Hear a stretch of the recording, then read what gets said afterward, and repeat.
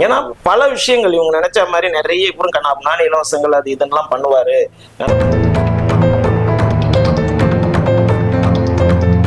அவருக்கு சேர்ற அந்த கூட்டங்கள், அவர் போற இடங்கள்லாம் வந்து அவருக்கு சேர்ற பெருந்திரளான தன்னெழுச்சியா வர்ற அந்த கிரௌட பார்த்து என்ன சொன்னாங்க,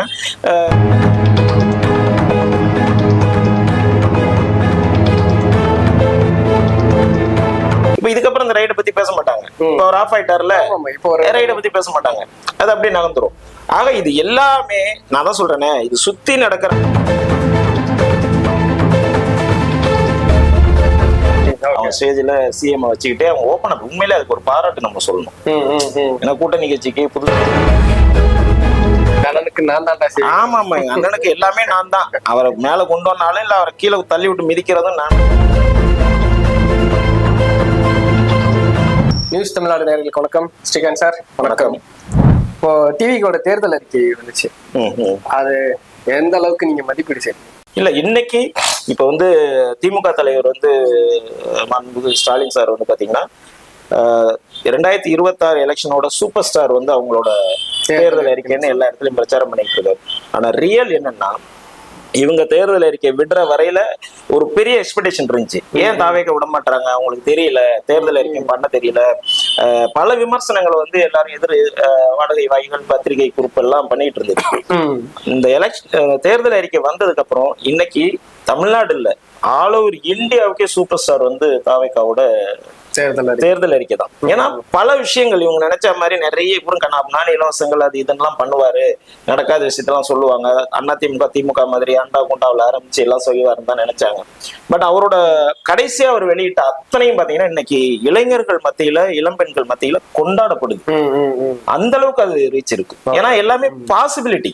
நம்ம இதெல்லாம் நடக்குமா அப்படின்னு யோசிக்கிற அளவுக்கு அங்க எதுவுமே இல்லை, எல்லாமே நடக்கக்கூடியதுதான்.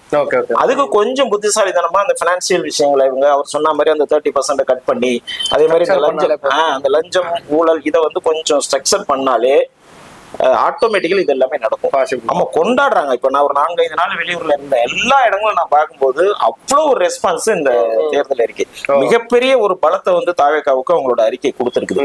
ஏன்னா நிச்சயமா அதை விஜய் அவர்கள் சொல்லும் போது அவர் மேல இருக்கிற அந்த நம்பிக்கை, அவர் மேல இருக்கிற ஒரு மதிப்பு மரியாதை அவருக்கு இன்னும் பல மடங்கு இப்போ அது ஆதரவை கூட்டி இருக்கு. நிச்சயமா ஒரு பெரிய பலம் தாவேக்காவுக்கு அந்த அவங்க இதுல வந்து ரொம்ப ஹாட்ஸ்அப் பண்ண வேண்டியது டாக்டர் அருண்ராஜ் அந்த குரூப்புக்கு. ஏன்னா இவங்க என்னவா பண்ண போறாங்க அப்படின்னு ஒரு இது இருந்தது. ஒருவேளை இவங்க டிலே பண்ண நமக்கே ஒரு இது இருந்தது, ஏன் டிலே பண்றாங்க, எலெக்ஷனே வரப்போகுது டிலே பண்றாங்களே, ஒருவேளை அங்க சரியா வந்து ஒர்க் அவுட் பண்ணலையோன்னு நினைச்சோம். உண்மையிலேயே பாத்தீங்கன்னா ரொம்ப ஹார்ட் ஒர்க் பண்ணி ரொம்ப திங்க் பண்ணிருக்காங்க. ரொம்ப கொஞ்சம் அட்வான்ஸா எப்படி பண்ணணுங்கிற விஷயத்தை திங்க் பண்ணி இந்த தேர்தல் அறிக்கை இருக்கு. நிச்சயமா இந்தியா லெவல்ல அது சூப்பர் ஸ்டார் அவங்களோட இந்த தேர்தல் அறிக்கை. இப்போ எலெக்ஷன் பக்கத்துல வந்துட்டோம். தமிழ்நாடு சிட்டியை பொறுத்த அளவுக்கு தாவேக்காக்கு வந்து ஒரு நல்ல ரெஸ்பான்ஸ் இருக்குங்கிறது எல்லாத்துக்குமே தெரியும். அது அவங்க போகும்போது கூட்டமா இருக்கட்டும், இல்ல ஜென்ரலாவே சிட்டில வந்து நல்ல ஒரு ரெஸ்பான்ஸ் இருக்குங்கிறது. வில்லேஜ்ல எப்படி இருக்கு? இன்டீரியர் வில்லேஜ்ல தாவேக்காக்கு வந்து ஒரு ரெஸ்பான்ஸ் இருக்கா, இல்ல எப்படி இருக்குன்னு சொல்லுங்க எடுத்து. நிச்சயமா இப்போ திமுக போன்ற பாஜக போன்ற அந்த அணிகள் வந்து பாத்தீங்கன்னா தாவேக்காவுக்கு வந்து பாத்தீங்கன்னா மெட்ரோபாலிட்டன் சிட்டிஸ், அர்பான் சிட்டிஸ்ல மட்டும்தான் அவங்களுக்கு கொஞ்சம் இருக்கு. இந்த யங்ஸ்டர்ஸ் விசில் அடிக்கிற குரூப் தான் இருக்கு, மற்றபடி எதுவுமே இல்லை அப்படின்னு ஒரு விஷயத்த சொன்னாங்க. அப்புறம் அவருக்கு சேர்ற அந்த கூட்டங்கள், அவர் போற இடங்கள்லாம் வந்து அவருக்கு சேர்ற பெருந்திரளான தன்னெழுச்சியா வர்ற அந்த கிரௌட பார்த்து என்ன சொன்னாங்க, இந்த கூட்டம் எல்லாம் வந்து ஒரு நடிகர் யாரு போனாலும் சேரும், ஓட்டா மாறாது அப்படின்ற ஒரு விஷயத்த சொன்னாங்க. இப்ப அடுத்தடுத்து வந்து இவருக்கு அதுக்கப்புறம் இந்த எஸ்ஓபியா இருக்கட்டும், நிறைய ரெஸ்ட்ரிக்ஷன்ஸ், இவர் மீட்டிங் போக முடியாத அளவுக்கு ரெஸ்ட்ரிக்ஷன் போடுறதா இருக்கட்டும், இதெல்லாம் போட்ட அப்புறமும் ஒரு 5000 பேர் தான் வரணும்னு ஒரு ரூல்ஸ் அவங்க போட்டதுக்கு அப்புறமும் பாத்தீங்கன்னா பல ஆயிரம் லட்சங்கள்ல கூட்டம் வரும்போது பாத்தீங்கன்னா இது ஓட்டா மாறாது திருப்பின்னு சொல்லி நம்ம ஊடகங்கள் வாயிலையா ஒரு என்ன சொல்றது ஒரு நெரேட்டிவ் செட் பண்ணிக்கிட்டே தான் இருந்தாங்க. இன்று பாத்தீங்கன்னா நான் இப்ப முன்னமே சொன்ன மாதிரி இந்த தேர்தல் அறிக்கையா இருக்கட்டும், விஜய் அவர்களோட ஸ்பீச் ஒவ்வொரு இடத்துலயும் அவர் போய் வந்து ஒரு கனெக்டிவிட்டியா பேசுறது இருக்குல்ல மக்கள் கூட, அதாவது ஒரு ஸ்டேஜுக்குன்னு ஒரு ஃபார்முலா வச்சிருப்பாங்க, இவர்களை ஆரம்பிச்சு ஒரு அந்த இது பேசுற அந்த ஒரு ஃபார்மாலிட்டிஸ் எல்லாம் இல்லாம டைரக்டா அந்த மக்கள் கூட கனெக்ட் பண்ற விஷயத்த, எந்த விஷயம் நான் எப்படி சொல்லணுமோ இயல்பா நான் வந்து எப்படி பேசணும் அப்படி சொல்லி அந்த கனெக்ட் பண்ற விஷயம் இருக்குல்ல, அந்த விஷயம் வந்து கிராம வரையில இருக்கிற பெண்கள் மத்தியில ஒரு பெரிய ஈர்ப்பை உண்டு பண்ணிருக்கு. நீங்க அர்பான் அண்ட் மெட்ரோபாலிட்டன் சிட்டிஸ் எல்லாம் வந்து பாத்தீங்கன்னா 100% வந்து அந்த 44 வயது 50 வயது கீழே இருக்கிற பெண்கள் இளம் இளைஞர்கள் மட்டும் 100% அவருக்கு இருக்கு, ஃபுல்லா இருக்கு. அது கிராமத்துல இருக்கு இல்லைன்னு சொல்லி ஒரு விஷயம் இருந்துச்சு. ஆனா இன்னைக்கு பாத்தீங்கன்னா இன்னைக்கு நடக்கிற நான் ஏற்கனவே எடுத்த பல சர்வேக்கள்லையும் நல்லாவே தெரியுது, கிராமப்புறங்கள்ல இருக்கிற பெண்கள் இளைஞர்கள் அந்த ஓட்டு இவருக்கு வராதுன்னு சொல்லி ஒரு நிறைவடை பண்ணாங்க. கிட்டத்தட்ட வந்து பாத்தீங்கன்னா ஒரு 75% இவருக்கு தான் இருக்கு. அந்த அளவுக்கு சேர்ந்திருக்கு. இன்னொன்னு, இந்த எதிரணிகள் இவருக்கு பண்ற அந்த எதிர்நிலை விமர்சனங்கள் இருக்கு இல்லையா, அந்த அடக்குமுறைகள், இப்போ எல்லா தலைவர்களும் எங்க வேணா போய் பிரச்சாரம் பண்றாங்க. மீதி இருக்கிற அத்தனை தலைவர்களும் காலையில ஆரம்பிச்சு நைட்டு வரையும் அவங்க வந்து முழுக்க எங்க வேணாலும் இறங்கி பண்ணலாம், என்ன வேணாலும் பண்ணலாம், ஏறி நிக்கலாம், எல்லாம் செய்யலாம். ஆனா இவருக்கு மட்டும் பாத்தீங்கன்னா இவர் வெளியில அனுப்புறதுக்கே 4 நாள் யோசிச்சு, ஒரு நாள் பிரச்சாரம் பண்ணா அடுத்த பர்மிஷன் கொடுக்கறதுக்கு 2-3 நாள் டிலே எடுக்கிறது, அதுல ஒரு 50 ரெஸ்ட்ரிக்ஷன் போடுறது, மேல வராதிங்க, கீழே உட்காந்தே பாருங்க, பின்னாடி யாரும் வரக்கூடாது அப்படின்னு நிறைய விஷயங்களை பண்ணும்போது இந்த விஷயங்கள் வந்து கிராமப்புறம் வரையும் வந்து ரீச் ஆயிடுச்சு. அப்ப அவங்களுக்குள்ளே தன்னெழுச்சே வந்து என்னன்னா, ஏன் எல்லா தலைவரும் வரும்போது இவரே வர விட மாட்டாங்க, அவர் ஏன் வரல அப்படின்னு ஒரு கேள்வி எழும்போது அதுக்கு பதிலா அங்க இருக்கிற இளைஞர்கள், அங்க இருக்கிறவங்களுக்கு மூலமா அவங்களுக்கு கிடைக்கிற பதில் அவரை வரவிட மாட்டாங்க, அவர் வந்தா வின் பண்ணிடுவாருன்னு சொல்லி அவரை வந்து தடுக்கிறாங்க அப்படின்ற விஷயம் போது இயற்கையாவே அந்த கிராமத்து பெண்களுக்கு அவர் என்ன பாவம் பண்ணாரு, அவரும் வரலாம் தானே, ஒருத்தர் நல்ல செய்யறேன்னு வரும்போது ஏன் தடுக்கிறாங்க அப்படிங்கிற ஒரு கேள்வி அவங்க உள்ள வரும்போது அது ஓட்டா மாறுது. சோ கிராமப்புறங்கள்லயும் வந்து ஒரு மிகப்பெரிய எழுச்சி இன்னைக்கு வந்து உருவாயிருக்கு. அது வந்து எப்படின்னா மேலோட்டமா தெரியாது, ஏன்னா கிராமப்புறங்கள் வந்து வெளிப்படையா சொல்ல மாட்டாங்க, ஏன்னா அங்க ஒரு லோக்கல் பாலிடிக்ஸ் இருக்கு, அங்க ஒரு கட்சிக்காரர் இருப்பான், ஆனா யாரு என்னன்னு சொல்ல மாட்டாங்க, எல்லாருமே இருக்கும், அதுல ஒரு சின்ன ப்ராப்ளம் இருக்கும். ஆனா அது வந்து எலெக்ஷன் அன்னைக்கு ஒரு பெரிய சேஞ்சஸ் வந்து உருவாக்க போகுது. கிராமப்புறங்கள்லயும் ஒரு பெரிய எழுச்சி அவருக்கு இருக்கு.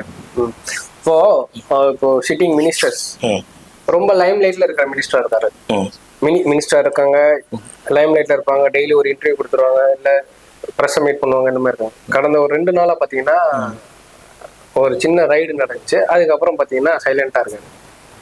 ஆமா நீங்க ஒரு ஏன் ரைடு வந்தோடனே ஏன் இவங்க எல்லாம் சைலண்ட் ஆயிடுறாங்க, அது என்ன காரணமா இருக்கும்? பயம்தான். நீங்க மடியில கனம் இல்லைன்னா வழியில உங்களுக்கு பயம் இல்லைங்க, எல்லாருக்குமே ஓப்பனா தெரியும். நான் தான் சொல்றேன் ஏற்கனவே, இப்போ 10 லட்சம் கோடி கடன் எங்க இருந்து வந்துச்சு, நம்ம பல விஷயம் பேசுனதுதான், அது இந்த கேள்விக்கு அதுதான் கரெக்டா இருக்கும். இப்போ நமக்கு தேவையான அளவுக்கு வருமானம் இருக்கு. இந்தியாவிலேயே வளர்ச்சி அடைந்த 2வது மாநிலம் தமிழ்நாடு தான். எல்லா விதத்திலையும் வளர்ச்சி அடைஞ்சிருப்போம், கல்வியில, பொருளாதாரத்துல, எல்லாத்திலையும் வளர்ச்சி அடைஞ்சிருப்போம். பொருளாதார வளர்ச்சி வந்து 11 2 இலக்கத்தை தாண்டிட்டோம்னு மாறுதட்டி சொல்றாரு ஸ்டாலின். ஓகே, அடைஞ்சிட்டோம், அப்புறம் ஏன் 10 லட்சம் கோடி கடன் வாங்குனீங்க? இப்ப இந்த கேள்வி வருது இல்ல. நம்மளதான் பொருளாதாரம், இப்ப நம்ம வீட்டுல தேவையான பணம் இருக்குங்க, இப்ப என் வீட்டை நடத்துறதுக்கு தேவையான பணம் என்கிட்ட இருக்கு, அப்புறம் ஏன் நான் பக்கத்து வீட்டுல போய் திருப்பி நான் ஏன் கடன் வாங்கணும்? அந்த அவசியம் எங்க இருந்து வருதுன்னா, அப்ப என் வீட்டுக்குள்ள இருக்கிற ஆளே திருடுறான், நான் வச்சிருந்த பணம் களவாடி போயிடுது, அப்ப பத்த மாட்டேங்குது, போய் நான் கடன் வாங்குறேன். இதுதான் இங்கேயும். அப்போ நீங்க இவ்வளவு பண்ணிட்டு நீங்க ஒரு 10 லட்சம் கோடி இப்ப கடன் இந்த ஆண்டுல மட்டும் நீங்க 5 லட்சம் கோடி கடன் வாங்கி வச்சிருக்கீங்கன்னா அந்த பணம் எல்லாம் எங்க போச்சு?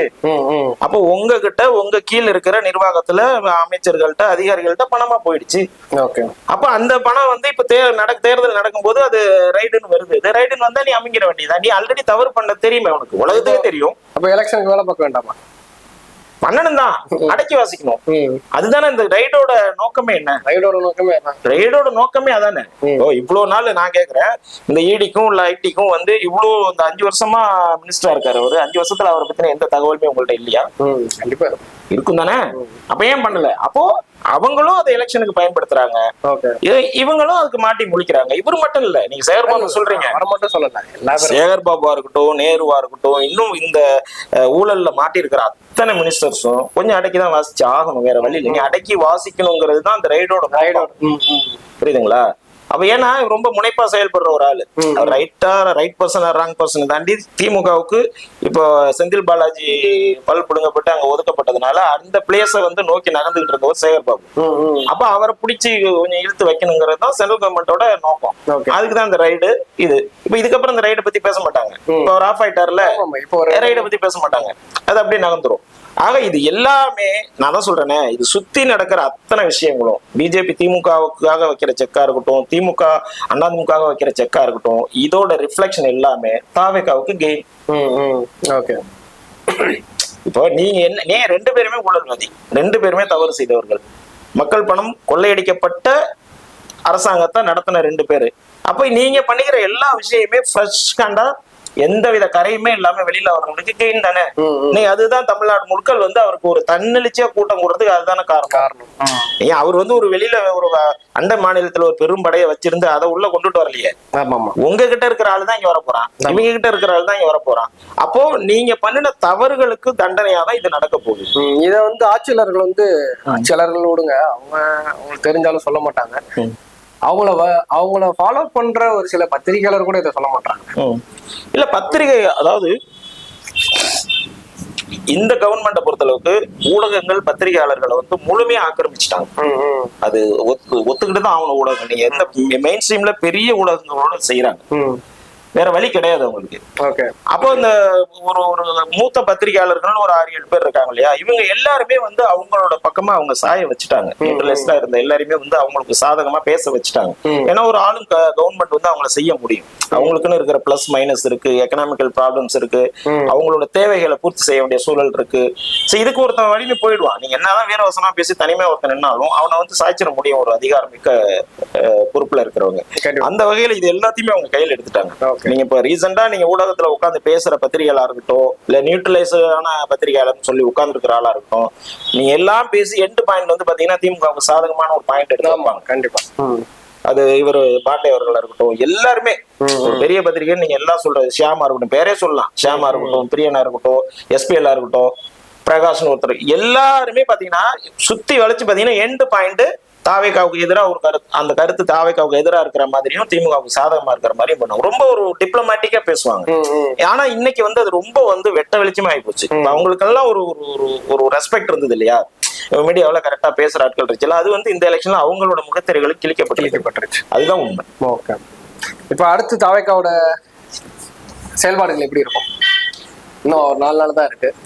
இல்ல இப்ப 4 நாள்ல வந்து இப்ப அவர் வந்து ரொம்ப மேபி இன்னையில இருந்தே நினைக்கிறேன், இன்னையில இருந்தே வந்து பாத்தீங்கன்னா ரொம்ப தீவிரமா போறாரு. ஹெலிபேட் மூலமா வந்து தமிழ்நாடு முழுக்க ஒரு ரவுண்ட் வர போறாரு. அது இன்னும் பல மடங்கு அது வந்து மாத்த போகுது. ஏன்னா இப்ப ஓவராலா வந்து என்ன ஆகி போச்சுன்னா, தமிழ்நாட்டு மக்களுக்கு ஒரு சேஞ்ச் வந்தா நல்லா இருக்கும், ஒரு மாத்தி தான் பாப்போமே. ஏன்னா 50, 60, 70 வருஷமா இவங்களே இருந்துட்டாங்க, 2 பேருமே மாத்தி மாத்தி வந்திருக்காங்க. ஒரு புதுசா வர்றவங்க அவங்க வந்து இப்போ ஜென்ரலா இருக்கிற மக்கள் இருக்காங்கல்ல, இப்ப கிராமப்புறங்கள்ல இருக்கிற மக்களா இருக்கட்டும், பொதுவாவே ஆண் பெண் எல்லாருக்குமே வந்து என்னன்னா, இவங்க ஊழல் பண்ணிட்டாங்க அதுக்காக மாத்துவோம், இல்ல இவங்க அப்படியெல்லாம் அவங்க ஒரு காமனான ஒரு விஷயம். அப்ப புதுசா ஒருத்தர் வர்றாரு, ஒரு நாடே அறிஞ்ச ஒரு நடிகர் வர்றாரு, அவரு வந்து நிறைய சம்பளத்தை எல்லாம் விட்டுட்டு வர்றாரு, அப்ப நமக்காக செய்யறேன்னு வரும்போது ஒரு சேஞ்ச் பண்ணி பார்த்தா என்ன, அவருக்கு போட்டா என்ன அப்படிங்கிற ஒரு காமனான ஒரு விஷயத்துக்குள்ள எல்லா மக்களோட மைண்ட்லயே அது வந்திருக்கு. எல்லா மக்கள்னு சொல்றதுன்னா இப்ப எல்லாரும் சொல்றாங்க நல்ல 234 ஜெயிச்சிருவோம், அப்படி சொல்றது வந்து மக்களை ஏமாத்துற வேலை. அப்படி இல்லை, ஒரு மெஜாரிட்டியான மக்கள். அப்ப அவங்க மத்தியில அந்த ஒரு எண்ணம் வந்து இயற்கையாவே விதைக்கப்பட்டுடுச்சு. இப்ப தாவேகா வந்து இன்னும் ஓப்பனா சொல்லுவாங்க, தாவேகா கீழ் மட்டத்துல வந்து அவங்க ஸ்ட்ரக்சரலா இன்னும் ஃபார்ம் ஆகல, அதை நம்ம ஒத்துக்கலாம். ஆனா அப்படி ஆகாத போதே இயற்கையாவே இந்த மனநிலைக்கு மக்கள் வந்து போயிருக்காங்க. அது போக வச்சது விஜய் அவர்களோட அந்த ஸ்பீச்சா இருக்கலாம், அவரோட என்ட்ரி, அவரோட அந்த பர்சனாலிட்டி, பல அந்த அந்த என்ன சொல்றது அவரோட குணங்கள், இப்படி நிறைய விஷயங்களை வந்து அதை உள்வாங்கி இயற்கையாவே அது மாறி இருக்கு. அது ஒரு மிகப்பெரிய சக்சஸை நோக்கி அதை நகர்த்திக்கிட்டு போகுது. அப்போ ஒரு உடனே இவர் வந்து 234 தொகுதி வின் பண்ணிடுவார் அப்படி சொல்ல முடியாது. சோ தேவையான அளவுக்கு அவரை கொண்ட உட்கார வைக்கிறதுக்கு மக்கள் தயாராகிட்டாங்க அப்படிங்கிறது ஓப்பனாவே தெரியுது. அதனாலதான் இன்னைக்கு திமுக போன்ற ஒரு பெரிய கூட்டணி கட்சிகளா இருக்கட்டும், பாஜக போன்ற கட்சிகளா இருக்கட்டும், நிச்சயமா ஒரு பயத்துல ஒரு நடுக்கத்துல இருக்காங்க. இந்த எலெக்ஷன் என்ன மாதிரி ரிசல்ட் வரப்போகுதுங்கிறது அவங்களுக்கு கண்டிப்பா தெரியும், நிச்சயமா தெரியும். இப்படிதான், ஏன்னா இன்டெலிஜென்ஸ் 2 பேர் கையிலுமே இன்டெலிஜென்ஸ் இருக்கு. எவ்ரிடே வந்து உங்களுக்கு ரிப்போர்ட் போயிட்டே இருக்கும். ஒவ்வொரு நாளும் எவ்வளவு இன்க்ரீஸ் ஆகுது, எவ்வளவு பாப்புலேஷன் ஸ்ட்ரென்த் வருது, அவங்களுக்கு என்ன மாதிரி மனநிலை மக்கள் இருக்காங்க, எல்லாமே போயிருக்கும். நீங்க எதை வேணா செஞ்சிடலாங்க, மக்கள் மனசுல ஒரு விஷயத்த வச்சிருக்கிறத நீங்க எதை வச்சு கண்டுபிடிப்பீங்க? ஆமாமா, அதுதான். இப்போ நீங்க பாத்தீங்கன்னா இதுக்கு முந்தின எலெக்ஷன் எல்லாம் பாத்தீங்கன்னா இந்த சர்வேன்னு பாத்தீங்கன்னா ஏதாவது 1-2 தான் வரும். ஆமா, அதான் ஒரு சர்வே வரும், 2 சர்வே வரும். இப்ப பாத்தீங்கன்னா 2 நாளைக்கு ஒரு சர்வே வருது. அப்போ இது எல்லாமே சொல்ற ஒரு ஆன்சர் வந்து என்னன்னா, அப்ப இவங்க பக்கம் ஒரு பெரிய அது மூலமா ஒரு நரேட்டிவ் செட் பண்றாங்க. இல்ல நீங்க அவங்க நெரேட்டிவ்னு செட் பண்றாங்க, அதை நெரேட்டிவ் நினைச்சு செய்யறாங்க. அது எல்லாமே வந்து அவங்களுக்கு நெகட்டிவா போய் இவங்களுக்கு பாசிட்டிவா போகுது. நீங்க இப்ப சொன்ன மாதிரி ஒரு 2 சர்வே எடுத்துட்டு ஓகே இதுதான் அப்படின்னு சொன்னீங்கன்னா நீங்க ஸ்ட்ராங்கா இருக்கீங்கன்னு அர்த்தம். 2 சர்வே எடுத்து நாங்க தான் சொல்லிட்டு அப்புறம் திருப்பி ஏன் சர்வே எடுக்கிறீங்க? 2 நாளைக்கு ஒரு சர்வே வருது. அப்போ நீங்க அடிக்கடி அதை பண்ணும்போதே நீங்க வீக்கா இருக்கீங்க, அவங்க ஸ்ட்ராங்கா இருக்காங்கிற விஷயத்த நீங்க எது பலம் நினைச்சு செய்யறீங்களோ அதுவே உங்களுக்கு பலகீனமா இருக்கீங்கிறத காமிச்சு கொடுத்துருக்கு. இது உளவியல் ரீதியா இதான் பிரச்சனை. இப்ப இதுதான் நான் முன்னாடி சொன்ன மாதிரி இவங்க பண்ற விஷயங்களே தான் அவர் பக்கம் மக்களை கொண்ட சேர்க்குது. நீங்க இவங்க எஸ்ஓவி போடுறதா இருக்கட்டும், தடுக்கிறதா இருக்கட்டும், இந்த அடிக்கடி சர்வே எடுத்து அதை அந்த பத்திரிகையாளர்னு சொல்லி கொஞ்சம் பேரை உட்கார வச்சு அதை ப்ரொஜெக்ட் பண்றதா இருக்கட்டும். இப்ப இப்படி பண்ண ஒருத்தர் மேல வந்து ஆட்டோமேட்டிக்கலா அனுதாபம் போயிடும். சிம்பிளாங்க, ஒரு ஆள் வந்து ஒரு நல்ல ஆளா ஒருத்தர் நிக்கிறான், பலமிக்க 2 பேர் அவனை சும்மா அடிச்சுக்கிட்டே இருக்கான்னா அவன் யாருனே கூட தெரியாம இருக்கும், நமக்கு சம்பந்தமே இல்லாத ஆளா இருக்கும். ஆட்டோமேட்டிக்கலா ஏன் ஒருத்தர் வந்து இப்படி பண்றாங்க அப்படின்னு ஒரு எண்ணம் தோணும்ல. அந்த நிலை தான் இன்னைக்கு வந்து தாவேகாவுக்கும் தாவேகா தலைவர்களுக்கும் உருவாயிருக்கு. அதுதான் வந்து இன்னைக்கு தமிழ்நாடு முழுக்க ஒரு வேல் வந்து அவருக்கு உருவாயிருக்குங்கிறது நல்லாவே தெரியுது. இது வந்து இவர் இப்படிதான் இருக்காருன்றது திமுக கூட்டணியே தெரியும், பாஜகவுக்கும் நல்லாவே தெரியும். ஆமா, நேத்து கூட பாத்தீங்கன்னா அந்த பெரம்பூர் தொகுதியில பாத்தீங்கன்னா பிட் நோட்டீஸ் கொடுத்திருக்காங்க. அதுல வந்து 16 வந்து எண் வந்து திரு விஜய் அவர்களோடது. ஆனா அதுல வந்து நோட்டா அப்படின்னு போட்டு பிட் நோட்டீஸ் கொடுத்திருக்காங்க. இது சாதாரண ஆள் யாரா பண்ணுவாங்களா? இதுதான் நான் சொல்றேன். இப்ப சொன்னல, இவங்க ஒவ்வொரு விஷயமும் நோட்டீஸை வாங்கி பாக்குற ஆளுக்கே தெரியும் என்னடா இப்படி போட்டுறேன். இதை யாராவது ஒரு சாதாரண ஆளு போய் பண்ண முடியுமா சொல்லுங்க? அதாவது இப்ப பாத்தீங்கன்னா சின்ன குற்றங்கள், பாலியல் குற்றங்களும் போதை கலாச்சாரம், இதை தவிர வேற ஏதாவது இருந்தா நீங்க சொல்லுங்க. இப்போவா? ஆமா, இதுதான் இப்ப வந்து ட்ரெண்டா போயிட்டு இருக்கு, தெரியுமா உங்களுக்கு? இது வந்து ரொம்ப சாதாரண குற்றங்கள் ஆயிடுச்சு. ஓ, இது நீங்க மேடம் பிரேமலதா பேசுறது சொல்ல வரீங்க? ஆமா ஆமா ஆமா ஆமாம். அது வந்து இப்ப எப்படின்னா, பொதுவா வந்து ஒரு ஆள் வந்து இந்த ட்ரீட்மெண்ட்லாம் முடிஞ்சு சூப்பரா நல்லா ஆயிட்டான் அப்படிங்கிற மாதிரி ஒரு தோற்றத்தை உருவாக்குவாங்க. திடீர்னு காணப்பிடுவான். அப்படித்தான் இப்ப திமுக நிலைமை ஆயிருக்கு. ஆஃப்டர் தேமுதிக உள்ள வந்ததுக்கு அப்புறம் அவங்க ஸ்டேஜ்ல சிஎம் வச்சுக்கிட்டே அவங்க ஓப்பன் அப். உண்மையிலே அதுக்கு ஒரு பாராட்டு நம்ம சொல்லணும். ஏன்னா கூட்டணி கட்சிக்கு புதுசா ரொம்ப இம்பார்ட்டன்ட் கொடுத்து திருமா போன்றவர்களை எல்லாம் கீழே தள்ளி விட்டுட்டு அவங்களை கொண்டாந்து 3வது பெரிய கட்சின்னு உட்கார வச்சாரு இல்லையா? அப்ப அவங்க அந்த இடத்துல அந்த மக்களுக்கு லாயல்ட்டியா இருந்திருக்காங்க. சிஎம் வச்சுக்கிட்டே உண்மையை சொல்லிட்டாங்க. எப்போதுமே எதிர நீ சொல்றது பொய் குற்றச்சாட்டாயிடும், உள்ளுக்குள்ளே இருக்கிறவங்க சொல்லும் போது அது உண்மையாக. அப்போ பாலியல் குற்றங்களும் போதைப் பொருள் கலாச்சாரமும் தமிழ்நாட்டுல மலிந்து பெருகி கிடக்குங்கிறத திமுகவே ஒத்துக்கிடுச்சு. அவங்க கூட்டணி கட்சியை ஒத்துக்கிட்டாங்க. ஏன்னா இன் ஃப்ரண்ட் ஆஃப் சிஎம் இது ஒரு பெரிய விஷயம் இல்ல. இது தவிர வேற ஏதாவது பெருசா இருந்தா சொல்லுங்க. ஆமா ஆமா, ஏன்னா அதை வந்து சொல்லி அந்த இடத்துல அவங்க அதை சமாளிச்சுட்டாங்க. சோ அதுக்கு முதல்ல அவங்களுக்கு ஒரு பாராட்டை நம்ம சொல்லிடலாம். போல்டான.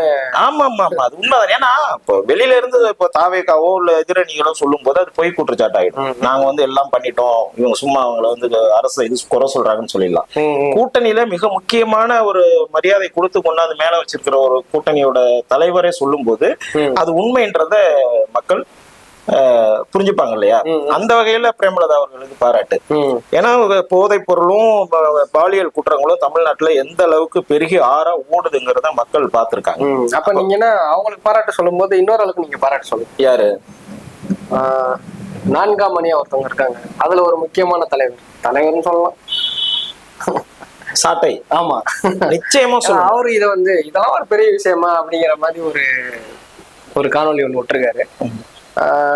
அவரும் இதுதான் வழிமொழிகிறான்னு நினைக்கிறேன். நிச்சயமா. ஏன்னா நாம் தமிழ்ல பொறுத்தளவுக்கு அவங்க ஸ்டேஜ்ல பேசுறது ஒண்ணு, செய்யறது ஒண்ணுதான். இப்ப அவர் வந்து அண்ணன் சீமான் அவர்கள் வந்து தொண்டைக்கிலேயே வந்து வெளியில போய் கத்துறாரு. பல விஷயங்களை நம்ம அதுல வந்து நடக்காத விஷயங்கள் கேட்கறதுக்கு நல்லா இருக்கும். அது இப்போ சாட்டை அவர்கள் வந்து டிவி என்டிகேல இருக்கிற வரையில நம்ம சாட்டையை வந்து, அதாவது என்டிகே யாரெல்லாம் எதுக்குறாங்களோ அவங்களுக்கு எந்த பயமும் இல்லை.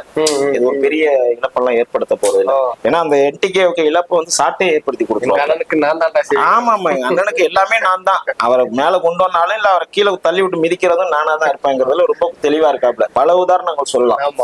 அந்த மொபைல் கமிஷனர் கையில போனதுக்கு அப்புறம் அந்த வாய்ஸ் ரெக்கார்டர்லாம் நீங்க எங்கேயோ யோசிச்சு பாருங்க. கூடவே இருக்கிற ஒரு தலைவன் சம்பந்தப்பட்ட வாய்ஸ் ரெக்கார்டு எல்லாத்தையும் ஒருத்தர் சேமிச்சு வச்சிருக்கான்னா எதுக்கு சேமிச்சு வச்சிருக்கான்? அப்போ என்னைக்கு வேணாலும் உன்னை வந்து போட்டு தள்ளுறதுக்கு வச்சிருக்கான். அப்படிதான் காளியம்மாள் விஷயம் வெளியில வந்தது, இன்னொரு தலைவர் அவரோட விஷயம் வெளியில வந்தது, எல்லாம் அப்படித்தான். அவர் பாவம் 234 தொகுதியும் வெயிலும் பார்க்காம தெருவா போய் அலைஞ்சு கத்திக்கிட்டு இருக்காங்க. என்னத்தையோ ஆமா ஏதோ மிச்ச மீதி ஓட்டையா வாங்குவோம் அப்படின்ற ஒரு மென்டாலிட்டியில போய் கத்திக்கிட்டு இருக்காரு. இங்க வந்து ஒரு சிம்பிளா வந்து ஒரு வீடியோ போட்டு அதையும் க்ளோஸ் பண்ணிட்டு இருக்காங்க. ஆமா ஆமா, ஏன்னா அவரோட நோக்கம் நீங்க பாருங்களேன். இப்போ 234 பேர் அவர் எப்படியோ எலெக்ஷன் ஆளை காலி பண்ணி விட்டுட்டு புதுசு புதுசா செட்டப்ஸ் ரெடி பண்றாரு. ஆனா ஷார்ட் டைம் மட்டும் எலெக்ஷன்ல நிக்கவே இல்லை பாத்தீங்களா? தெரியும்ல. அப்ப அவருக்கு தெரியும். அப்ப ரொம்ப தெளிவான ஒரு அண்ணன் அவர். வந்து தாவேகா போன்ற கட்சிகள், இப்ப ஒரு ஆப்போசிஷன் ஸ்ட்ராங்கா இருக்கிற கட்சிகளுக்கு அவரும் உதவி செய்யறாரு. நம்ம அப்படித்தான் எடுத்துக்கணும். நீங்க ஏன் அப்படி போறீங்க? அவர் வந்து அவரோட நோக்கம் வந்து எதிரணிகள் கொஞ்சம் வரணும் அப்படின்னு நல்ல எண்ணத்துல அவர் எல்லாம் செய்யறாரு. ஆமா, அப்ப போதைப் பொருளே இல்ல, பாலியலே நடக்கல, இது ஒரு சாதாரண விஷயம் தான் அப்படின்னு சொல்றாருன்னா, அப்போ வந்து திமுகவுக்கு ஒரு எதிரான விஷயங்களை தாவேகா போன்ற கட்சிகளுக்கு சப்போர்ட் பண்றாங்க உள்ளுக்குள்ள இருந்து. அப்படி நம்ம எடுத்துப்போம். அப்படி இருந்தும் சாட்டையெல்லாம் வந்து இருக்கிற வரையில அண்ணன் சீமான் அவர்கள் வந்து மிகப்பெரிய உச்சத்தை தொடுவதற்கு கனவில் மட்டும் யோசிக்க வேண்டியதான். அவங்க விட்டுருங்க.